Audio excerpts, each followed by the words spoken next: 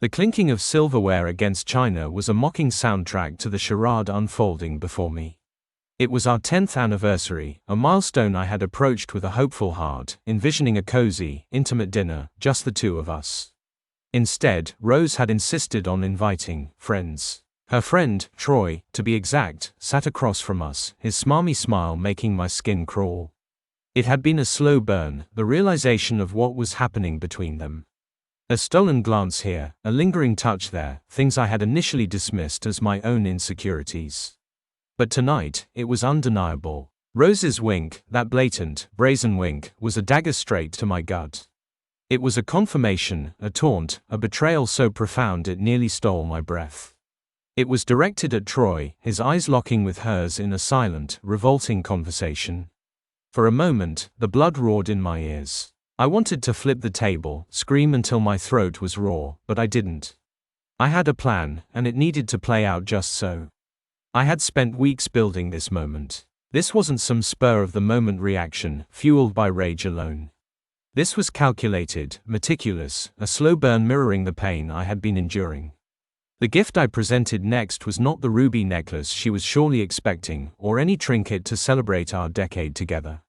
Instead, I pushed a small, velvet box across the table towards her. It was the same box I'd used to present her engagement ring years ago. Rose's eyes widened. A flicker of something like genuine excitement crossed her face, before she slowly reached for the box. When she opened it, her smile faltered, then died completely.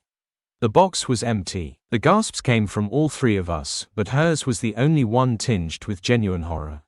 "Where's the necklace, honey? I thought it would be perfect for our anniversary. I saw it in a shop window just last week, remember?" I kept my tone light, conversational, like we were discussing the weather. My eyes, however, were locked on her face, watching her meticulously constructed facade begin to crumble. Troy shifted uncomfortably in his chair. He, too, was caught off guard.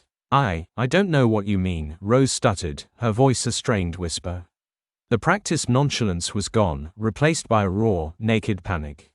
"Really, I thought it was perfect. But then again, I had a second idea. A different gift, one I think you'll find illuminating." I reached into my jacket pocket and pulled out a USB drive. "This, my dear, is a gift I've curated just for you." The color drained from her face. She knew, in that instant, that she was caught. She had to know. I plugged the drive into the small portable projector I had stashed behind me earlier and connected it to a blank wall. A series of photos flashed across the wall. Photos of them, Rose and Troy, in stolen moments, at his apartment, at her office, on our anniversary trip last year, that she insisted I couldn't make and told me she'd gone with her friends. The final nail in the coffin was a video. It was short, only a few minutes long, but it chronicled, in nauseating detail, the depths of their betrayal. It was enough to make her blush and Troy squirm. The silence in the room was deafening. Rose was staring at the wall, her face pale, tears streaming down her cheeks. Troy, who had been so smug just moments before, was now looking at his lap, like he could somehow disappear into the tablecloth. He opened his mouth to speak, but no sound came out. "You know," I said, my voice dangerously low, "I always thought we were a team. A partnership, but I guess some partnerships are just meant to be broken." I moved towards Troy, the fury I had been suppressing finally finding its outlet. "You," I growled, grabbing him by his shirt, "you had the audacity to look me in the eye, to sit at my table, and to treat me like a fool." I dragged him from his chair, the sound of the wood scraping against the floor echoing in the suddenly silent restaurant. He tried to wriggle free, to protest, but I wouldn't let him. I slammed him against the wall. The force of the impact reverberated through the room. His eyes, wide with fear, met mine. I didn't see remorse. I saw only the fear of a man finally facing the consequences of his actions. "You're a parasite, Troy," I spat, "a leech. You feed off other people's lives, other people's happiness." Each word was a punch, a blow delivered with the weight of all the weeks of betrayal I had endured. I hit him again, harder this time, sending his head bouncing off the wall. He crumpled to the floor, whimpering. The restaurant staff, who had been watching in frozen horror, finally rushed to intervene. They tried to pull me away, but I was beyond reason. I was fueled by a righteous anger, a burning need to make him understand the depth of the pain he had caused.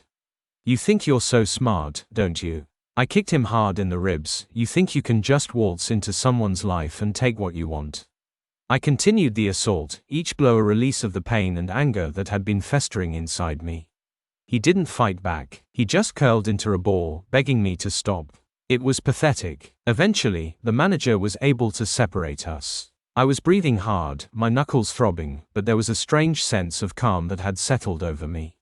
It was a dark, savage calm, but it was a calm nonetheless. The police arrived shortly after. They took my statement, and they took Troy away. He was looking disheveled, blood streaming from his nose and mouth. He didn't look so smug now. He looked like the pathetic, broken man he was. Rose was a mess. She was on the floor, sobbing uncontrollably, a puddle of tears and mascara and broken promises. I looked at her, really looked at her, and for the first time, I felt nothing. Not anger, not sadness, just a hollow emptiness. I walked over to her, and pulled the wedding ring from my finger. I dropped it in front of her, the metal making a dull clink on the hardwood floor. Congratulations, Rose. You've successfully destroyed our marriage. I took a deep breath. I'm done. I turned and walked out of the restaurant, the silence following me. I had no plan, no destination, but in that moment, I felt a sense of freedom that I hadn't felt in years. I knew the road ahead would be hard, would be painful, but I was finally, truly, free. The aftermath was chaotic. The scandal hit the local news. Troy's reputation was ruined, his career was over. He was a pariah, and rightly so. Rose tried to reach out to me, called incessantly, sent countless texts begging for forgiveness. But my heart was a stone. I had nothing left to give her, no more forgiveness to offer.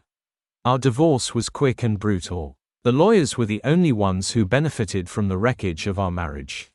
She was left with nothing but the ruins of her betrayal. I walked away, leaving behind the rubble and moving on to pick up my own shattered pieces. It wasn't a happy ending, not in the traditional sense. But it was an ending, and it was mine. I had taken back control. I had faced my pain, and I had come out the other side. Scared, but not broken. That, in itself, was a kind of victory.